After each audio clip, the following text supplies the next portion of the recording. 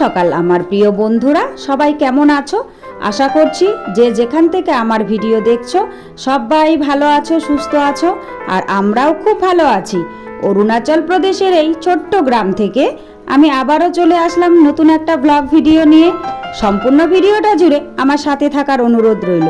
যারা নতুন এসেছো, ভিডিওটা যদি ভালো লাগে প্লিজ একটা লাইক করে চ্যানেলটি সাবস্ক্রাইব করে আমার পাশে থেকো।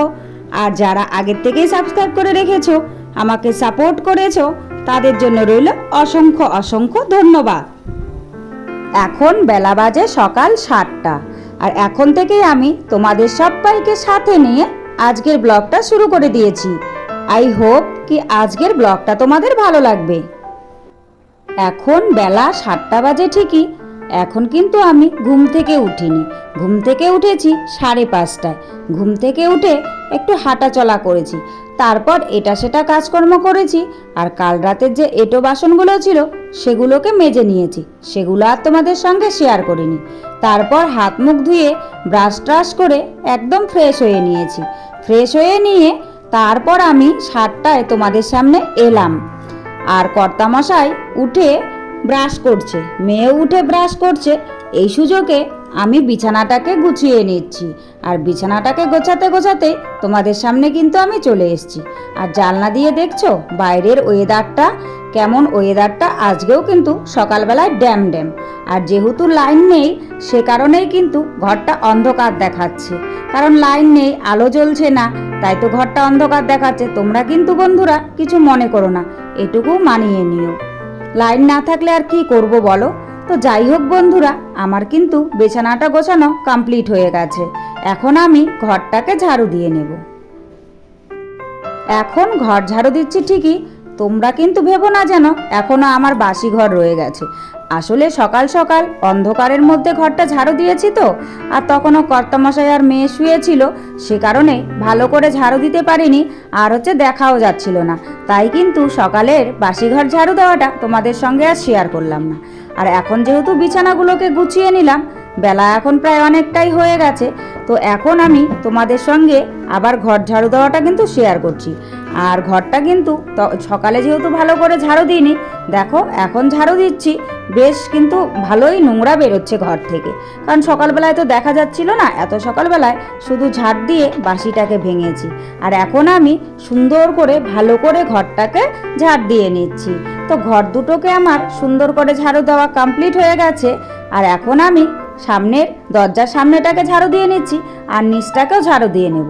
আর ওই সামনের দিকটা আমি কিন্তু সকালবেলায় শলার ঝাড়ু দিয়ে ঝাড় দিয়ে নিয়েছি, তখন আর শেয়ার করতে পারিনি।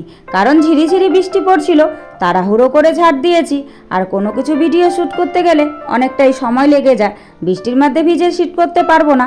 আর যেহেতু আমার স্ট্যান্ডও নেই, সে কারণে আমি জানো তো অনেক কষ্ট করে এখানে ভিডিও শ্যুট করছি। তো যাই হোক, যতটা সম্ভব ততটা তোমাদের সঙ্গে শেয়ার করি। আর যতটা সম্ভব হয় না সেটা আর তোমাদের সঙ্গে শেয়ার করতে পারিনি।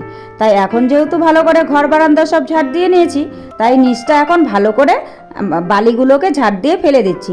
কারণ শলার ঝাড়ু দিয়ে তো আর বালি যায় না, উপরে শুধু নোংরাগুলো চলে যায়। আর বাইরের পরিবেশটা দেখছো এখনও কিন্তু গুম হয়ে আছে, মনে হচ্ছে যেন যখন তখন বৃষ্টি নেমে যেতে পারে। আর এদিকের আকাশ তো এরকমই থাকে জানো তো।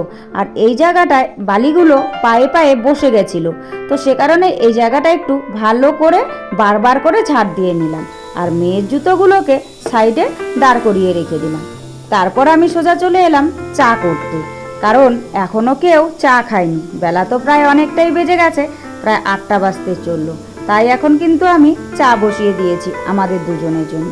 আর মেয়ের খাবার এখনও তৈরি করিনি। মেয়ে ওইদিকে রেডি হচ্ছে স্কুলে যাবার জন্য।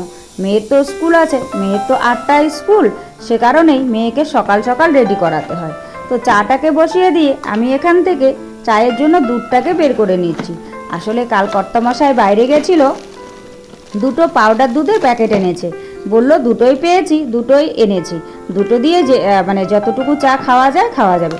তো দুটো দিয়ে 2 দিন চা খাওয়া যাবে, কারণ সকাল বিকেল চা খাওয়া হয়। তো সকালে দুজনে অর্ধেকটা দিয়ে একবার খাবো, বিকেলবেলায় দুজনে অর্ধেকটা দিয়ে একবার খাবো। আর কালকে এই চা খাওয়ার জন্য বিস্কিটটাও নিয়ে এসছে, কারণ বিস্কুটও বারন্ত ছিল, তো সে কারণেই এই বিস্কিটটা কিন্তু আজ নিয়ে এসছি। ও কদিন আমরা টোস্ট দিয়ে চা খেয়েছি, আজকে আর টোস্ট আনেনি জানো তো, আজকে নয় সরি কালকে। বললো টোস্ট তো রোজই খাচ্ছি, তো এই বিস্কিটটা খেয়ে দেখি কেমন লাগে, টোস্ট আর এটা একই দাম জানো তো। তো যাই হোক বিস্কুটটা কিন্তু খেতে বেশ ভালোই লাগছিল, মজা লাগছিল।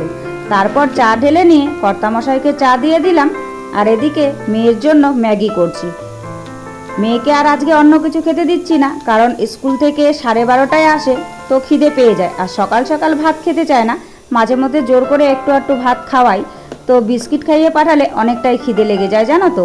আর স্কুল থেকে 10:30টায় টিফিন দেয়, তাই ভাবলাম আজকে এক প্যাকেট ম্যাগি করে দিই, মানে মোটামুটি ম্যাগি কয়েকদিন থেকে করে দিচ্ছি, তাহলে একটু পেটে থাকবে।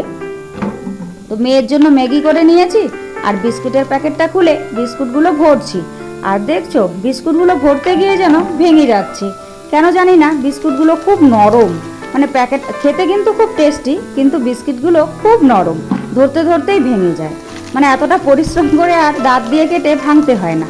আর খেতে কিন্তু খুবই ভালো, কারি পাতা দেওয়া আছে বিস্কিটের মধ্যে। তো বিস্কুটগুলো সব ভরে নিলাম, আর এখানে যে গুঁড়ো বিস্কুটগুলো প্যাকেটে ছিল সেগুলো দিয়েই কিন্তু আজকে আমি চা খাওয়ার কাজটা চালিয়ে দিয়েছি। কেন বলো তো বন্ধুরা, কারণ ওগুলো ফেলে দেবো, এখানে তো সবই কেনা, আর বাড়িতেও সবই কেনা ছিল, তার মধ্যেও এখানে যেহেতু জিনিসের দাম বেশি। আর এখন দেখো আমি ম্যাগি খাচ্ছি। আসলে তোমরা তো দেখেছিলে মেয়ের জন্য ম্যাগি করেছি, মেয়ে কিন্তু পুরোটা ম্যাগি খায়নি জানো তো, অল্প একটু খেয়েছে। আসলে এত সকালে না ও কোনো খাবার খেতে চায় না, আর সকাল সকাল খেয়ে তো অভ্যেসও নেই, বাড়িতে অনেকটাই বেলা করে খেত, তাই অনেকটাই ম্যাগি রয়ে গেছিলো, ফেলে দেবো, সেটাকেই আমি সকালের নাস্তা হিসাবে খেয়ে নিলাম। এবার কর্তামশাই বলছে ভাত খাবেন না, তো কর্তামশাইয়ের জন্য কি করব। আর দু পিস পাউরুটি ছিল, কালকে নিয়ে এসেছিলো ওখান থেকে 2 পিস পাউরুটি বেঁচেছিল। পাউরুটি কর্তামশাই খেতে চায় না, তো পাউরুটি দুটো দিয়ে ভাবলাম তাহলে ডিম ভেঙে, ডিম যেহেতু ঘরে আছে, ডিম ভেঙে টোস্ট করে দিই, তাহলে নতুনত্ব খাবারও হবে, একটুখানি খাবে। আর এমনিতে কিন্তু কর্তামশাই জানো তো পাউরুটি খেতে চায় না, পাউরুটি খেলে নাকি গ্যাস হয়ে যায়।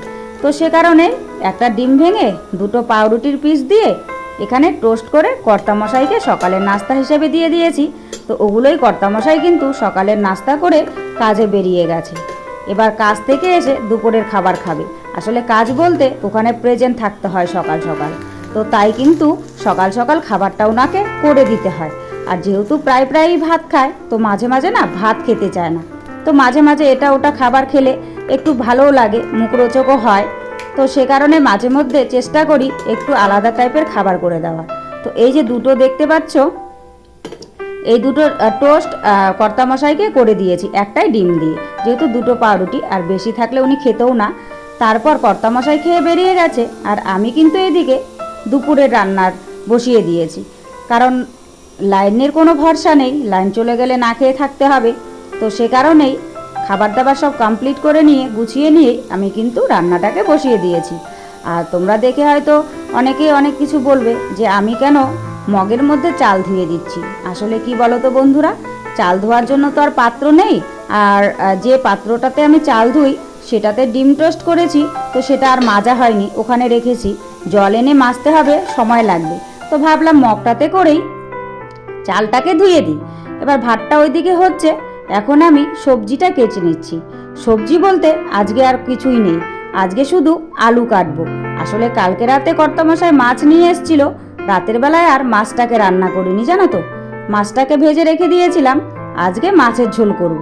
তাই আলুগুলোকে লম্বা লম্বা করে কেটে নিচ্ছি। কেটে নিয়ে আলুগুলোকে কিন্তু সিদ্ধ করব না, ভেজেই আজকে মাছের ঝোলটা করব অন্যরকম পদ্ধতিতে। জানি না খেতে কেমন হবে, তো করি মাছের ঝোলটা। কর্তামশাইও বলেছে আজকে কিন্তু পেঁয়াজ টেয়াজ দিয়ে মাছের ঝোল করবে না, আজকে জিরে ফোড়ন দিয়ে করবে। তো কর্তামশাইয়ের কথা মতো আজকে আর পেঁয়াজ দেব না মাছের ঝোলে, আজকে কিন্তু জিরে ফোড়ন দিয়ে মাছের ঝোল করব। আর যেই কর্ম সেই কাজ, জিরে ফোড়ন দিয়ে মাছের ঝোল করেছি, খেতে কিন্তু মাছের ঝোলটা খুব টেস্টি হয়েছিল জানো তো। এই যে মাছগুলো দেখতে পাচ্ছ, এই মাছগুলোই কালকে নিয়ে এসেছিল, কোনো রকম করে ভেজে রেখে দিয়েছিলাম।